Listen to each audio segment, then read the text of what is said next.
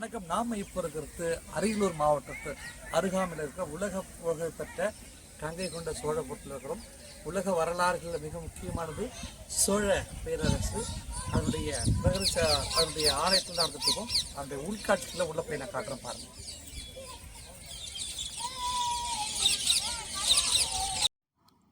கங்கை கொண்ட சோழபுரம் முதலாம் ராஜ சோழன் ஆட்சியில் கட்டப்பட்ட கங்கை கொண்ட சோழபுரத்தில் உள்ள மிகப்பெரிய கோவில் கங்கை கொண்ட சோழீஸ்வரர் கோவில் என்று அழைக்கப்படுகிறது. இக்கோவில் தமிழகத்தில் அரியலூர் மாவட்டம் அருகாமையில் இருக்கிற ஒரு ஊராகும்.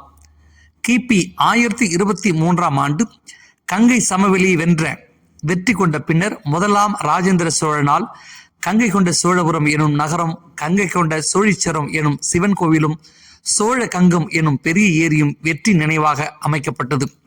இம்மூன்றும் கங்கை நதிக்கரையில் சோழர்களின் புலிகொடியை ஏற்றிய தமிழர்களுடைய வீரத்தின் நினைவு சின்னங்களாக இன்றும் திகழ்கிறது.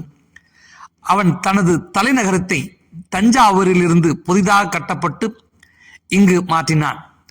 அவனது காலத்தில் இருந்து கிபி 1279 ஆட்சி செய்த சோழர் வம்சத்தின் இறுதி வரை சோழ சாம்ராஜ்யத்தின் தலைநகரமாக 256 ஆண்டுகள் இவை இருந்தது என்பது காலத்தால் மறக்க முடியாதவை. இடைக்கால சோழர் காலத்தின் அழகிய சிற்பங்கள் நிறைந்து பல்வேறு களஞ்சியமாக இவ்வாலயம் இருக்கிறது. இந்நகரம் ஒட்டக்கூத்தரின் மூவரின் உலா, ஜெயங்கொண்டரின் கலிங்கத்து பரணி ஆகிய இலக்கியங்களில் புகழ்ந்து பாடப்பட்டுள்ளது. ராஜேந்திர சோழனின் கங்கை பயணம் அவனது ஆட்சியின் 11வது ஆண்டில் மேற்கொள்ளப்பட்டது என்பது வரலாற்று குறிப்பு. சமீபத்தில் கண்டுபிடிக்கப்பட்ட எசாலாம் செப்பு தகடுகள் கிபி 1036இல் முதலாம் ராஜேந்திர சோழனால் கங்கை கொண்ட சோழீஸ்வரம் கோவில் கட்டப்பட்டதாக உறுதியான ஆதாரங்கள் கிடைக்கப்பெறுகின்றன. முதலாம் ராஜேந்திர சோழன் அவனது ஆட்சியின் 24ஆம் ஆண்டில் இந்த கோவிலுக்கு கிராமங்களை தானமாக கொடுத்த விவரம் கிபி 1668இல் ஆட்சி செய்த வீரராஜேந்திர சோழன் குறிப்புகளில் இருந்து கிடைக்கப்படுகிறது. இன்றளவும் வாழும் வரலாறாக உள்ள இக்கோவில் முதலாம் ராஜேந்திர சோழனின் காலம் முதல் சோழர்களின் கலை மற்றும் கட்டிடக்கலையின் அழகிய தொகுப்பாக விளங்குகிறது. ஆந்திரா, கர்நாடகா மற்றும் வங்காளம் ஆகிய இடங்களிலிருந்து எடுத்து வந்த பல சிற்பங்கள் இங்கு நினைவு சின்னங்களாக இருக்கின்றன. போர் நினைவு பரிசாக இக்கோவிலும் அருகில் உள்ள கிராமங்களிலும் பாதுகாக்கப்பட்டு வருகிறது. சந்தேஸ்வர அனுக்கிரக மூர்த்தி மற்றும் சரஸ்வதி ஆகிய கோவில் சரஸ்வதி ஆகியவை இக்கோவிலில் உள்ள அழகிய சிற்பங்கள் ஆகும். தற்பொழுது இக்கோவில் இந்திய அரசின் தொல்லியல் துறை மற்றும் தமிழ்நாடு அரசின் இந்து சமய அறநிலைத்துறையின் கட்டுப்பாட்டின் கீழ் உள்ளது என்பது குறிப்பிடத்தக்கது. ராஜேந்திர இவ்வரலாறுகளை தொகுப்பாக நமக்கு காட்டப்பட்டுள்ள இக்கோவில் உலக பாரம்பரிய நினைவு சின்னங்களில் ஒன்றாக விளங்குகிறது என்பது குறிப்பிடத்தக்கது.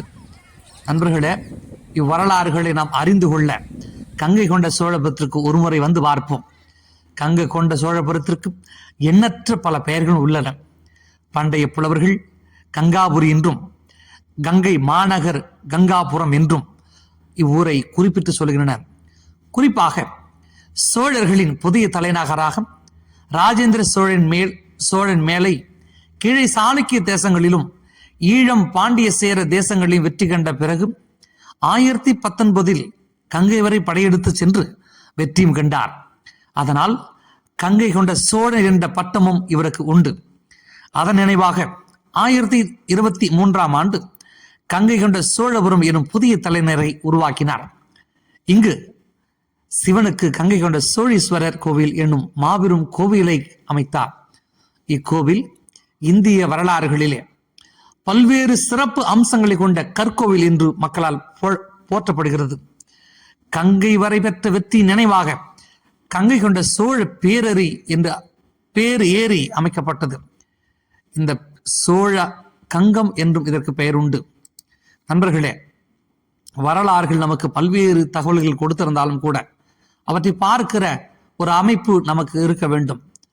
கங்கை கொண்ட சோழீஸ்வரர் கோவில் 560 அடி நீளமும் 325 அடி அகலமும் கொண்ட உயர்ந்த மேடை மீது அமைக்கப்பட்டுள்ளது. இக்கோவிலின் நடுக்கருவறையில் முதன்மை இறைவனான பிரகதீஸ்வரர், அதாவது சிவன் லிங்க வடிவில் உள்ளார். முற்றத்தின் முக்கிய பகுதியாக கிழக்கு மேற்காக 104 மீட்டர், அதாவது 341 அடியும் 100 அடி அளவும் கொண்டுள்ளது. லிங்கத்தின் உயரம் 4 மீட்டர், அதாவது 13 அடி. அடிப்பகுதியின் சுற்றளவு 18 மீட்டர், அதாவது 59 அடி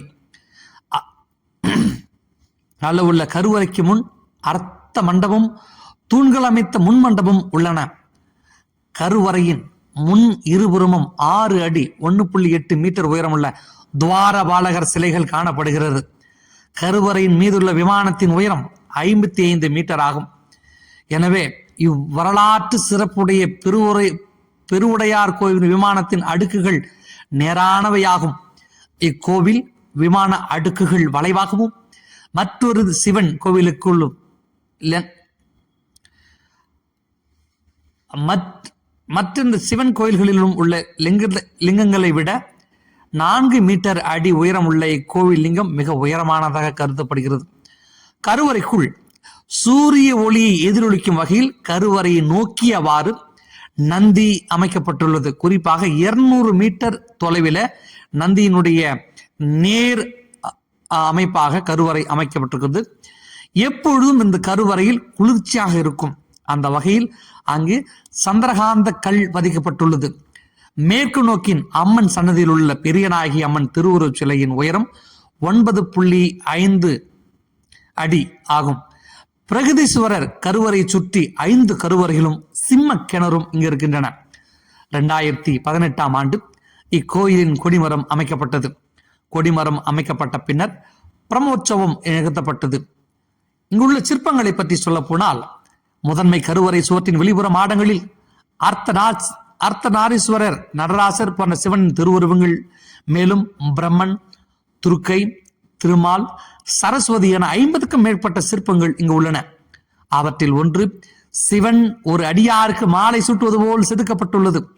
சிலர் அந்த அடியார் 63 நாயன்மார்களில் ஒருவரான சண்டீஸ்வரர் என்றும், வேறு சிலர் அவ்வுருவம் கோவிலை கட்டி முதலாம் ராஜேந்திரர் என்றும் கருதுகின்றனர். இக்கோவில் சோழர்களுக்கு சான்றாக விளங்குகிறது. 11ஆம் நூற்றாண்டு காலத்து வெண்கல சிலைகளும் இக்கோவிலில் உள்ளன.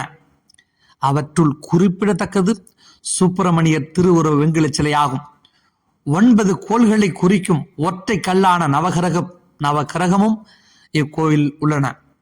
நண்பர்களே, கங்கை கொண்ட சோழபுரம் தனது தலைநகராக கொண்ட முதலாம் ராஜேந்திரன் மாற்றியமைத்திலிருந்து அடுத்து 250 ஆண்டுகளுக்கு கங்கை கொண்ட சோழபுரமே சோழன் தலைநகராக விளங்கியது.